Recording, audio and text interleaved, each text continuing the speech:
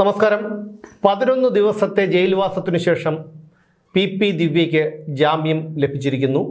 ഇന്ന് രാത്രി 8 മണിയോടുകൂടി ജയിലിലെ നടപടിക്രമങ്ങളെല്ലാം പൂർത്തിയാക്കി ദിവ്യ പുറം ലോകം കാണുമെന്നാണ് അറിയുന്നത്. ഞങ്ങൾ ഈ ചർച്ച ഇപ്പോൾ ഷൂട്ട് ചെയ്യുന്നത് സമയം 4:30 മണിയായതേ ഉള്ളൂ.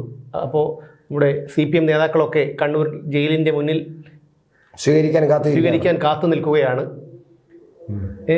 അത് സ്വാഭാവികമായിട്ടും അത് CPM-ന്റെ ജില്ലാ നേതാക്കൾ അവരെ സ്വീകരിക്കും. കാരണം അവരുടെ അവിടുത്തെ നേതാവാണല്ലോ. അതുകൊണ്ടാണ് ഇപ്പം എന്നിട്ട് പാർട്ടി നടപടി എടുക്കുന്നുണ്ട്. ഈ പാർട്ടി CPM-ന് അങ്ങനെ ചില ജനങ്ങളുടെ മുന്നിൽ ചില തന്ത്രങ്ങൾ കാണിക്കേണ്ടി ഉള്ളത് കൊണ്ടാണ്.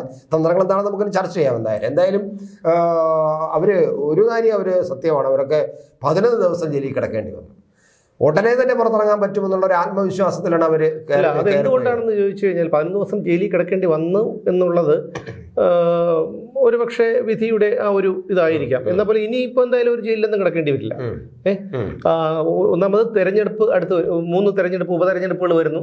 അങ്ങനെയൊക്കെ വരുമ്പോൾ 11 ദിവസം ദിവ്യ ജയിലിൽ കിടക്കുന്നത് പാർട്ടിക്ക് ഗുണം ചെയ്യുമെന്നായിരിക്കണം പാർട്ടിയുടെ കണക്കുകൂട്ടൽ. എന്തായാലും ദിവ്യയെ ബ്രാഞ്ചിലേക്ക് തരം താഴ്ത്തി എന്നാണ് ഇന്നലെ പാർട്ടിയുടെ വിശദീകരണം. പാർട്ടി തീരുമാനിച്ചത് അങ്ങനെയാണ്. എന്നാൽ ഇന്ന് നമ്മുടെ ഗോവിന്ദൻ മാസ്റ്റർ പറയുന്നത് ദിവ്യ കോമ്രേഡാണ്, ദിവ്യയെ കാണാൻ ഇനിയും നേതാക്കൾ അവിടെ പോകും, ദിവ്യയോടൊപ്പം നിൽക്കും എന്നാണ്. അല്ല, അതൊരു പാർട്ടി സെക്രട്ടറി. അതായത് ദിവ്യയെ ബ്രാഞ്ചിലേക്ക് തരം താഴ്ത്തി എന്ന് പറയുന്നത് തന്നെ ജനങ്ങളുടെയും നിയമത്തിന്റെയും കണ്ണിൽ പൊടിയിടാനാണ്. അവിടെയാണ് പോയിന്റ്. അതാണ് പറയുന്നത്. അതായത് ഈ ദിവ്യയുടെ ജാമ്യാപേക്ഷ ഇന്ന് തലശ്ശേരി കോടതി പരിഗണിക്കാനിരിക്കുമ്പോൾ ദിവ്യയ്ക്ക് സ്വാധീനമൊന്നുമില്ല, പാർട്ടിയിൽ സ്വാധീനമൊന്നുമില്ല, താഴെ ബ്രാഞ്ചിലേക്ക് തരം താഴ്ത്തി എന്ന് കോടതിയെ കൂടി ബോധ്യപ്പെടുത്താനുള്ള, ഇപ്പം കോടതിയും ഇതൊക്കെ കാണുന്നുണ്ടല്ലോ, ബോധ്യപ്പെടുത്താൻ അങ്ങനെ ഒരു ചെറിയൊരു തോന്നലെങ്കിലും ഉണ്ടാക്കാനായിരിക്കണം ഇത്തരത്തിൽ ദിവ്യയെ ബ്രാഞ്ചിലേക്ക് തരം താഴ്ത്തി. പാർട്ടിയിൽ നിന്ന് തന്നെ എടുത്ത് ദൂരെ എറിഞ്ഞ ഒരാൾ ഇന്ന് മുഖ്യമന്ത്രിയുടെ പൊളിറ്റിക്കൽ സെക്രട്ടറിയാണ്. മുഖ്യമന്ത്രിക്കും മുകളിൽ പൊളിറ്റിക്കൽ സെക്രട്ടറി ഇപ്പൊ അങ്ങനെയാണല്ലോ. സ്വന്തം പാർട്ടിയുടെ MLA-യുടെ മകളെ, പാർട്ടിയിലെ MLA-യുടെ മകളെ, പ്രായപൂർത്തിയാകാത്ത മകളെ തന്നെ എന്താണ് ലൈംഗികമായി സമീപിച്ചെന്നോ മറ്റോ പറഞ്ഞിട്ടുള്ള ഒരു പരാതി ഉണ്ടായിരുന്നു. അപ്പൊ അതിനുശേഷം പിന്നെ ഒരു DYFI നേതാവിന്റെ എടുത്ത് പുറത്ത് കളഞ്ഞിരുന്ന P ശശിയാണ് ഇന്ന് കേരളം ഭരിക്കുന്നത് എന്നുള്ളതാണ്. അപ്പൊ അതുകൊണ്ട് ഈ നടപടിയൊന്നും അത്ര വലിയ കാര്യമാക്കണം. ദിവ്യക്കെതിരായുള്ള നടപടിയൊക്കെ വെറും ഒരു പ്രഹസനം തന്നെയാണ്. എനിക്ക് തോന്നുന്നത് കോടതിയിൽ പിന്നെ വിധി പറയാൻ വേണ്ടി മാറ്റിവെച്ചിരിക്കുകയാണ്. വിധി പറയാൻ വേണ്ടിയാണ്. അതായത് ഈ ജാമ്യാപേക്ഷയുടെ വാദം മുഴുവനും പൂർത്തിയായി കഴിഞ്ഞു. എന്നിട്ട് 8-ാം തീയതി ഇതിൻ്റെ വിധി മാത്രം പറയാൻ വേണ്ടിയാണ് കോടതി മാറ്റി. അതിന് തൊട്ട് തലേ ദിവസം ഇങ്ങനൊരു നടപടി എടുക്കുന്നത് എന്തിനാണ്? ഇതുവരെയും എടുക്കാത്ത നടപടി പെട്ടെന്ന് നടപടി എടുക്കുന്നത് എന്തിനാണ് എന്ന് സംശയമുണ്ട്. അതിൻ്റെ പിന്നെ ഒരുപാട് ഒരു ഹിഡൻ അജണ്ട അവർക്കുണ്ട്. ആ ഹിഡൻ അജണ്ട അപ്പോൾ നമുക്കിവിടെ പ്രത്യേകിച്ച് പറയാൻ പറ്റില്ല. കോടതിയുമായി ബന്ധപ്പെട്ട് കിടക്കുന്നതായതുകൊണ്ട് നമുക്കതിനെ തുറന്നു പറയാൻ പറ്റില്ല. പക്ഷേ എങ്കിൽ പോലും അതങ്ങനെ അതിലെന്തൊക്കെയോ ഉണ്ട് എന്നുള്ളതാണ്. ചില അന്തർധാരകൾ എന്തൊക്കെയോ ഉണ്ടെന്നാണ് തോന്നുന്നത്. കാരണം അങ്ങനെ ഒരു പ്രത്യേകിച്ച് സമ്മേളനം നടക്കുന്ന കാലഘട്ടത്തിൽ ഒരു CPM-ന്റെ പിന്നെ ഭരണഘടനാ പ്രകാരം അവരുടെ ചട്ടങ്ങൾ, പാർട്ടിയുടെ ചട്ടങ്ങൾ പ്രകാരം, ഭരണഘടനാ പ്രകാരം സമ്മേളന കാലഘട്ടത്തിൽ ആർക്കെതിരെയും നടപടിയെടുക്കാൻ പാടില്ല എന്നാണ്. അത് പറഞ്ഞുകൊണ്ടാണ് ഇത്രയും കാലം ദിവ്യക്കെതിരെ പാർട്ടി നടപടി എടുക്കാത്തത്. ഈ ജില്ലാ പഞ്ചായത്ത് പ്രസിഡന്റ് സ്ഥാനം മാത്രം ഒഴിവാക്കിയത് അതുകൊണ്ടാണ്. പാർട്ടി സമ്മേളനം നടന്നുകൊണ്ടിരുന്ന കാലഘട്ടം. പക്ഷെ ഇപ്പൊ പെട്ടെന്ന് ഈ ജാമ്യ ഹർജിയിൽ പിന്നെ വിധി വരാൻ പോകുന്നതിന്റെ തലേ ദിവസം പെട്ടെന്ന് യോഗം കൂടിയിട്ട്, ഇതിനു വേണ്ടി കൂടിയതായിരിക്കില്ല, മറ്റു പല കാര്യങ്ങളും കൂടി, പക്ഷെ എങ്കിലും ഈ ബ്രാഞ്ചിലേക്ക് തരം താഴ്ത്തി എന്ന് പറയുമ്പോൾ അതിനകത്ത് ഒരു അസ്വാഭാവികത ഉണ്ട് എന്നുള്ളത് തീർച്ച തന്നെയാണ്. അതെന്തിനാണ് ഏതിനാണെന്നുള്ള കുറച്ചുകൂടെ കഴിയുമ്പോൾ ജനങ്ങൾക്ക് മനസ്സിലാവും എന്തിനാണെന്നുള്ളത്. എന്തായാലും അവരെ ഈ P ശശിയുടെ അനുഭവം വെച്ച് നമ്മൾ നോക്കണം. അവര് ഏറ്റവും മുകളിലെത്തും. ഏറ്റവും വലിയ ഉദാഹരണമാണ് ഞാൻ പറഞ്ഞത്. P ശശിയെ പാർട്ടിയിൽ നിന്ന് തന്നെ പുറത്താക്കിയ P ശശിയാണെന്ന് കേരളം ഭരിക്കുന്നത്. അതായത് മുഖ്യമന്ത്രിയുടെ പൊളിറ്റിക്കൽ സെക്രട്ടറി ആയിട്ടിരുന്ന് കേരളത്തിൽ വിളയാടിക്കൊണ്ടിരിക്കുന്നത് P ശശിയാണ്. അങ്ങനെ വരുമ്പോൾ കാരണം ഇവരെ സംബന്ധിച്ചിടത്തോളം, ഈ CPM-നെ സംബന്ധിച്ചിടത്തോളം അവരുടെ സഖാക്കന്മാരെയോ എന്ന് വെച്ചാൽ കമ്മികളെയോ നേതാക്കളെയോ ആരെങ്കിലും എന്തെങ്കിലും പറഞ്ഞു കഴിഞ്ഞാൽ അവരത് ചെയ്തിരിക്കും തിരിച്ച്. അതായത് നിങ്ങൾ എന്ത് തെമ്മാടിത്തരവും കാണിച്ചോ, എന്ത് തന്തയില്ലായ്മത്തരവും കാണിച്ചോ, പാർട്ടി കൂടെയുണ്ട്, പാർട്ടി നേതാക്കൾ കൂടെയുണ്ട് എന്നുള്ള ഒരു ഇത്. ആർഷോ എന്ന് പറയുന്ന ഒരുത്തനുണ്ട്, SFIയുടെ സംസ്ഥാന പ്രസിഡന്റാണ്, സെക്രട്ടറിയാണ്. അപ്പോൾ 2 വധശ്രമം ഉൾപ്പെടെ 42ഓളം കേസിലെ പ്രതിയാണ്. ഇവിടെ പൊതുവേദികളിൽ ഇറങ്ങി നടന്ന് പ്രസംഗിച്ചു. പോലീസിന്റെ കണ്ണിൽ പിടികിട്ടാപ്പുള്ളി. നമ്മളെപ്പോലെയുള്ള പാവങ്ങളെ നിങ്ങളെല്ലാം കണ്ടതാണല്ലോ. പിടികിട്ടാപ്പുള്ളി ഇവിടെ കാണാനില്ല, കക്ഷിയെക്കുറിച്ച് വിവരമില്ല. ഒടുവിൽ കോടതി ഇടപെട്ട് കർശനമായി താക്കീത് കൊടുത്തതിന് ശേഷമാണ് ഈ മാന്യദേഹത്തിനെ ഒന്ന് കൂട്ടിക്കൊണ്ട് വരാൻ തയ്യാറായത്. ജയിലിലേക്ക് കയറ്റി അയക്കാൻ കുറെ SFI ക്രിമിനലുകൾ, തിരിച്ചിറങ്ങുമ്പോൾ കുറെ SFI ക്രിമിനലുകൾ. അതുപോലെ പി വിദ്യ, ആരാണ് പി വിദ്യ? സ്വാതന്ത്ര്യ സമരം നടത്തിയ ഒരു കക്ഷിയല്ല, വ്യാജരേഖ ചമച്ച് ജോലിക്ക് വേണ്ടി ശ്രമിച്ച് അറസ്റ്റിലായ ഒരൊറ്റ ദിവസമാണ് കിടന്നത്. അതും ജയിലിലേക്ക് അയക്കാനും തിരിച്ചു കൊണ്ടുവരുമ്പോഴത്തേക്കും അവിടെ ഇനിയിപ്പോ നാളെ പിന്നെ PP ദേവിയെ ഇന്ന് രാത്രി തന്നെ PP ദേവിയെ ഹാരമണിയിച്ച് പിന്നെ ഈ ചുവന്ന ഹാരം അണിയിച്ച് ഇങ്ങനെ മുദ്രാവാക്യം വിളിച്ച് നമ്മുടെ കണ്ണൂർ തെരുവുകളിലൂടെ പോകുന്നത് നമുക്ക് കാണാം. അത് കൃത്യമായിട്ട് നടക്കും. ഇതിപ്പോ നോക്കിയോ, ഇത് കോടതി കുറച്ച് നിർദ്ദേശങ്ങളൊക്കെ വെച്ചിട്ടുണ്ട്, നിബന്ധനകളൊക്കെ വെച്ചിട്ടുണ്ട്.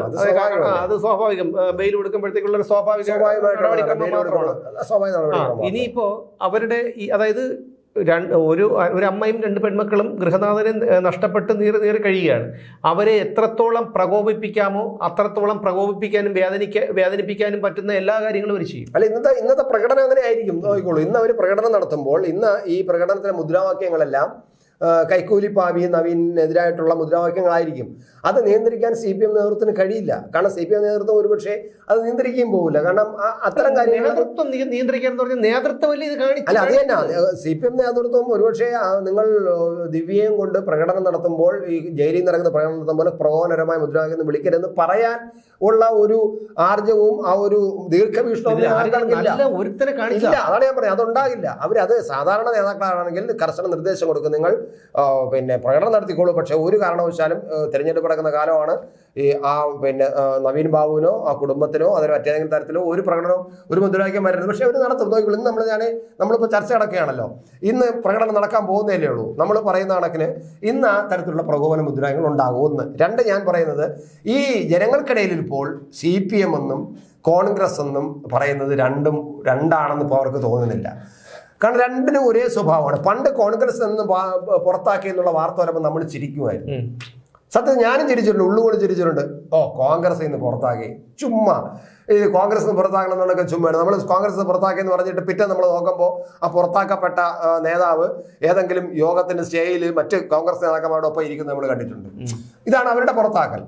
കുറച്ച് കഴിയുമ്പോൾ അവർ പിടിച്ച് അവിടെ കൊണ്ടുവരുത്തി വലിയ നേതാവായിട്ട് കൊണ്ടു നടക്കുകയും ചെയ്യും. അപ്പോൾ കോൺഗ്രസിൽ നിന്ന് പുറത്താക്കൽ എന്ന് പറഞ്ഞാൽ നമ്മൾ അതിന് കേരളത്തിലെ ജനതവും മറ്റു പാർട്ടിക്കാരും കോൺഗ്രസ്സുകാർ പോലും അത്ര സീരിയസ് ആയിട്ട് കണ്ടിട്ടില്ല. പക്ഷേ CPM നിന്ന് പുറത്താക്കി എന്ന് പറഞ്ഞാൽ അതിനൊരു വിലയുണ്ടായിരുന്നു, വെയിറ്റ് ഉണ്ടായിരുന്നു. അതാണ് ഞാൻ പറയുന്നത്, ഒരു കാലമുണ്ടായിരുന്നു. CPM ഒന്ന് പുറത്താക്കിയെന്ന് പറയാം, അത് പുറത്താക്കപ്പെട്ടവനും വല്ലാത്ത ചങ്കിടിപ്പായിരിക്കും. ഞാൻ പാർട്ടിയിൽ നിന്ന് പുറത്തായി, ഇനി എനിക്ക് പാർട്ടിയോട് കയറാൻ പറ്റില്ല എന്നുള്ളത് പാർട്ടിയിൽ നിന്ന് പുറത്താക്കപ്പെട്ട സഖാവിനും വലിയ ചങ്കിടിപ്പായിരിക്കും. അയാളതുകൊണ്ട് ഒരു കാരണവശാലും CPMകാർ ഈ പുറത്താക്കപ്പെടുന്ന പ്രവർത്തനങ്ങൾ ചെയ്യാൻ അവർ മുന്നോട്ട് പോകില്ല. വളരെ ഇന്ന് അങ്ങനെയല്ല. അല്ല, ഇന്ന് ക്രിമിനലിസം, അതായത് ഞാൻ പറഞ്ഞോട്ടെ, ഞാൻ പറഞ്ഞുതരാം.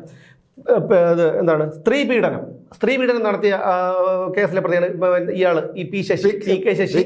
തീവ്രതയില്ലാത്ത, ലോകത്ത് ആദ്യമായും ഒരുപക്ഷെ അവസാനമായും തീവ്രതയില്ലാത്ത പീഡനം നടത്തിയ കക്ഷിയാണ് P. ശശി. ഇവർ രണ്ടുപേരും P. ശശി ഇപ്പോഴും പിന്നെ KTDCയുടെ ചെയർമാനാണ്. പിന്നെ ശിശുപീഡനം നടത്തിയ 6 വയസ്സുകാരിയെ കൊന്ന് പീഡിപ്പിച്ച് കൊലപ്പെടുത്തി കെട്ടി തൂക്കി ഒരു കൊച്ചു അർജുൻ, DYFI നേതാവായിരുന്നു. അവനെ കോടതി വെറുതെ വിട്ടു. അത് എങ്കിലും അതിനെക്കുറിച്ച് നമ്മൾ കൂടുതൽ പറയാനാണ്. 2 വധശ്രമം ഉൾപ്പെടെ 42ഓളം കേസിലെ പ്രതിയാണ് ആർഷോ. നടു റോഡിൽ പോലീസ് ജീപ്പ് തടഞ്ഞിട്ട് ജീപ്പിനെ തല്ലി തകർത്തവനാണ് SFIയുടെ നേതാവ് നിതിൻ പുല്ലൻ. പോലീസിന്റെ അന്ന് തന്നെ ഈ പോലീസിന്റെ SIയുടെ കാലും കൈയും കൊത്തിയെരിയുമെന്നും പറഞ്ഞിട്ട് മുദ്രാവാക്യം വിളിച്ച് അത് ഭീഷണി മുഴക്കിയവൻ, പൊതുനിരത്തിൽ നിന്ന് ഭീഷണി മുഴക്കിയവനാണ്. വേറൊരു മുതുക്കനുണ്ട്, എൻ്റെ പേരെന്താണ്, ഹസൻ മുബാറക്, SFIയുടെയാണ് ഹസൻ മുബാറക്. ഈ വിജയലക്ഷ്മി ടീച്ചറെ കാര്യം മാത്രം റഹീമൊക്കെ ചെയ്ത് കൂട്ടിയ കാര്യങ്ങളൊന്നും നമുക്ക് പറയണ്ടെങ്കിലും ഏറ്റവും എടുത്ത് പറയേണ്ട വേദനിപ്പിക്കുന്ന ഒരു സംഭവമാണ് വിജയലക്ഷ്മി ടീച്ചറെ തടഞ്ഞു വെച്ച് അന്ന് അത്രയ്ക്കും പ്രകോപനമുണ്ട്. അവരെ ഒരു മനുഷ്യനെന്ന പരിഗണന പോലും കൊടുക്കാതെ ഇന്നിപ്പോൾ വിളിച്ചുകൊണ്ട് വന്നിട്ട് ട്രോളിയാ കുഴപ്പമില്ലാന്ന് പറഞ്ഞു പറയുന്നത് കണ്ടു കഴിഞ്ഞാൽ ഛർദ്ദിക്കാൻ പറ്റും കേട്ടോ. വന്നിട്ട് പറയുന്നത് റഹീം, ഇളമരം കരീം, എത്രയോ ഇളമരം കരീമിന്റെ അന്നൊരു വിനു ബിജോന്റെ കാര്യം അറിയാമല്ലോ. അതായത് ഇവർ ആഹ്വാനം ചെയ്ത ബന്ദില് ഒരു ആട്ടോക്കാരന്റെ മുഖമടിച്ച് പൊട്ടിച്ചു. അതിനെ അന്ന് ആലങ്കാരികമായിട്ട് അന്ന് ബിനു ബിജോൺ പറഞ്ഞതേ ഉള്ളൂ. ഇളമരം കരീം വരുന്നു, അയ്യോ ഇളമരം കരീമിന് പറഞ്ഞപ്പോൾ അങ്ങോട്ടോ ആഹ്വാനം ചെയ്തു, കലാപത്തിന് ആഹ്വാനം ചെയ്തു ബിനുവിനോടുള്ള. അപ്പം യുവമാര് ഇത്തരത്തിൽ ഉള്ള അതായത് എന്ത് ക്രിമിനലിസവും ചെയ്യുന്ന വെള്ളനാട് ശശിയെ മനുഷ്യനായിട്ടുള്ള ആരെങ്കിലും പാർട്ടിയിലെടുക്കും? ആരെങ്കിലും പാർട്ടിയിലെടുക്കും? വെള്ളനാട് ശശി സരിനെ എടുത്ത് വെച്ച് സ്ഥാനാർത്ഥിയാക്കിയിരിക്കില്ലേ? കാണാം തെരഞ്ഞെടുപ്പ് ഫലം സരിൻ എന്തായാലും സരിന്റെ തീരുമാനം. അത് ഞാൻ ചോദിട്ടെ, ഈ വെള്ളനാട് ശശി ഒരു അല്പമെങ്കിലും ഒരു വകതിരിവുള്ളവൻ പാർട്ടിയിലെടുക്കും? ഏതെങ്കിലും ഒരു പാർട്ടിയിലെടുക്കും? എടുക്കൂല. കോൺഗ്രസ് സഹിക്കാൻ വയ്യാതിരുന്നതാണ്.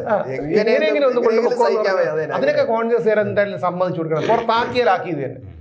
അവർ ജയിക്കുന്നുമില്ല, നിലപാടുണ്ട്. എന്തെങ്കിലും ഒരു പരിധി വരെ അവർക്ക് നിലപാടുണ്ട്. ഇത് നിലപാടും ഇല്ലാതെ അയലിട്ട കോണം പോലെ അങ്ങോട്ടും ആടി ഇങ്ങോട്ടും ആടി കാറ്റെങ്ങോട്ടാണ്. CPM പുറത്താക്കിയാൽ ഇപ്പൊ ഒരു വിലയില്ല. കാരണം ആളുകൾക്ക് അറിയാം CPM പുറത്താക്കപ്പെട്ട ശശി ഇപ്പൊ മുഖ്യമന്ത്രിയുടെ പൊളിറ്റിക്കൽ സെക്രട്ടറി ഉള്ള സ്ഥാനമല്ല, മുഖ്യമന്ത്രിയായിട്ട് ഭരിക്കുന്നു. DGP പോലും ഭരിക്കാൻ അധികാരമുള്ള ഒരാളായിട്ട് മാറുമ്പോ പിന്നെ വേറൊരുത്തരുണ്ടായിരുന്നു, എന്തോ സക്കീർ ഹുസൈൻ, കളമശ്ശേരി ഏരിയ സെക്രട്ടറി. 4ാമത്തെ വീട് വാങ്ങാൻ പോയപ്പോഴാണ് അന്ന് അനധികൃത സ്വത്ത് വലിയ പ്രശ്നമാക്കി. അവന്റെ കയ്യിലില്ലാത്ത പരിപാടിയില്ല, കിഡ്നാപ്പിംഗ്, പല പല കേസുകളാണ് അയാളുടെ കയ്യിലുള്ളത്. അങ്ങനെ കോവിഡ് കാലത്ത് പോലീസിനെ എന്ത് ഓരോ തെമ്മാടിത്തരം കാണിക്കുന്നതും അവർക്ക് യോഗ്യതയാണ്. ഞങ്ങളുടെ പാർട്ടിയിൽ യോഗ്യതയാണ്. SFI സിദ്ധാർത്ഥനെ ഇത്രയും ക്രൂരമായിട്ട് അവന്മാരെ സംരക്ഷിച്ചു എന്നുള്ളതാണ്. ഇതൊക്കെ ജനങ്ങള് കാണണം. ഉപതെരഞ്ഞെടുപ്പ് വരുന്നുണ്ട്.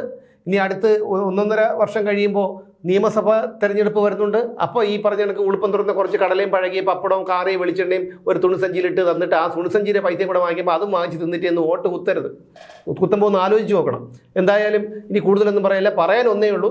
അപ്പോൾ എല്ലാവരും മുഖ്യമന്ത്രിയുടെ ദുരിതാശ്വാസ നിധിയിലേക്ക് കൈയയച്ച് സംഭാവന ചെയ്യണം. അത് എത്തേണ്ട കൈകളിൽ, അർഹതപ്പെട്ട കൈകളിൽ തന്നെ എത്തും എന്നുറപ്പാണ്. അതുകൊണ്ട് ഒരു വിഹിതം മുഖ്യമന്ത്രിയുടെ ദുരിതാശ്വാസം, പ്രത്യേകിച്ച് ദുരന്തമൊന്നും വരണമെന്നില്ല, ഇപ്പോൾ തന്നെ ദുരന്തമാണ് ഇവിടെയൊക്കെ. അപ്പോൾ അതുകൊണ്ട് കഴിയുന്നത് പോലെ നമ്മളൊരു സമ്പാദിക്കുന്നതിൽ നിന്ന് ഒരു വിഹിതം, അതുപോലെ ആക്രി പെറുക്കിയും ആടിനെ വിറ്റും കോഴിയെ വിറ്റും കോഴിമുട്ട വിറ്റും ഒക്കെ കിട്ടുന്ന പണം മുഖ്യമന്ത്രിയുടെ ദുരിതാശ്വാസ നിധിയിലേക്ക് സംഭാവന ചെയ്യുക എന്ന് മാത്രം പറഞ്ഞുകൊണ്ട് നിർത്തുന്നു.